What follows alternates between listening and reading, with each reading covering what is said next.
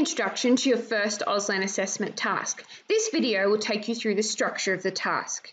Now, its major purpose is to investigate deaf history and the development of Auslan in Australia. Let's have a look at the task sheet. We can see here at the beginning some key details of the task. You can see the date that it was issued as well as the due date. Please take particular notice of this. We can also see the weighting of this task in regards to your final yearly grade, as well as the number of marks that this particular task will be graded out of. Below this are the NESA outcomes that will be assessed. Take particular notice of the Auslan outcomes and how this links to deaf history and Auslan signing development. If you follow the task guidelines closely, this will assist you in achieving these outcomes. Next, we see an overview of the task. In a nutshell, this task requires you to write a report addressing the history of sign language and its development in Australia. On the following 2 pages, there is a breakdown of the task to give you some guidelines on how to address each element well. Now, each section is provided with some dot points on what to address, as well as some useful sites to get started. You don't need to use all of these sites. You might choose to use a few and a few of your own, and even include other sources of information like books. It's divided into 3 sections. This first section is looking at a profile about Helen Keller. The second section is looking at Auslan and its development in Australia. And thirdly, there's a section looking at a response to Auslan and its culture. Now, this task is a report. This means it largely needs to be written in paragraph form with headings and subheadings. If you're not sure how to do this, go onto Canvas. I've popped a scaffold on there to give you some ideas. It's also a formal task which needs to be reflected in your writing and in your presentation. So I would expect to see it typed in a formal style of font. That means something like Calibri or Times Roman or maybe even Arial. Please don't use Comic Sans or something like that. That comes across as informal. It also needs to be in an appropriate font size. If you use fonts that are too large, it comes across as childish and basic.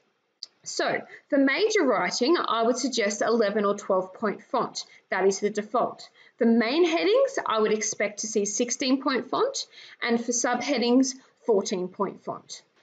Now, as this is a research task, this automatically means you need to include a bibliography. This means listing every site, every book, any resource you used in the development of your answers.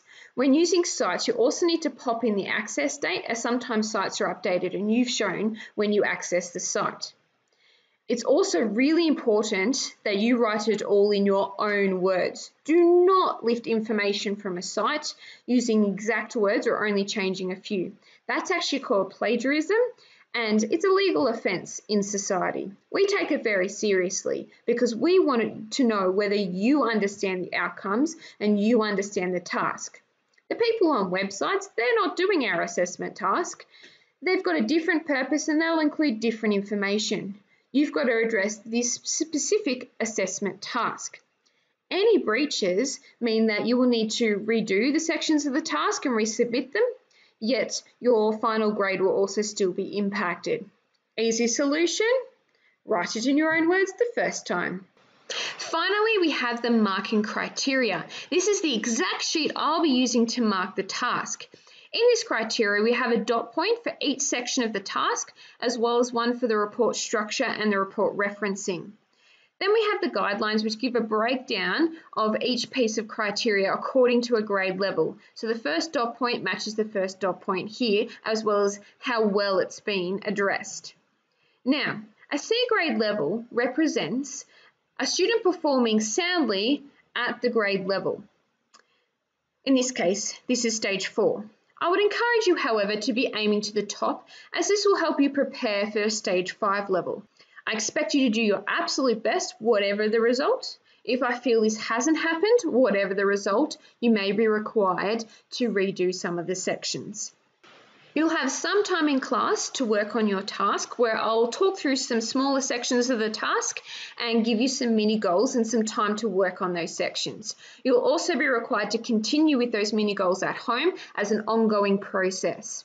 Now, you need to be organised. You have 6 weeks to do this task, but it will go quickly. I do not accept submissions at the end saying I do not have anything or very much at all, because this should be an ongoing process. I should see your assessment getting longer and longer over the 6 weeks. Now, class time is a great time to ask questions if you're not sure about anything, or you can follow me up at other times at school that are convenient, or you can send me an email. So I look forward to your responses.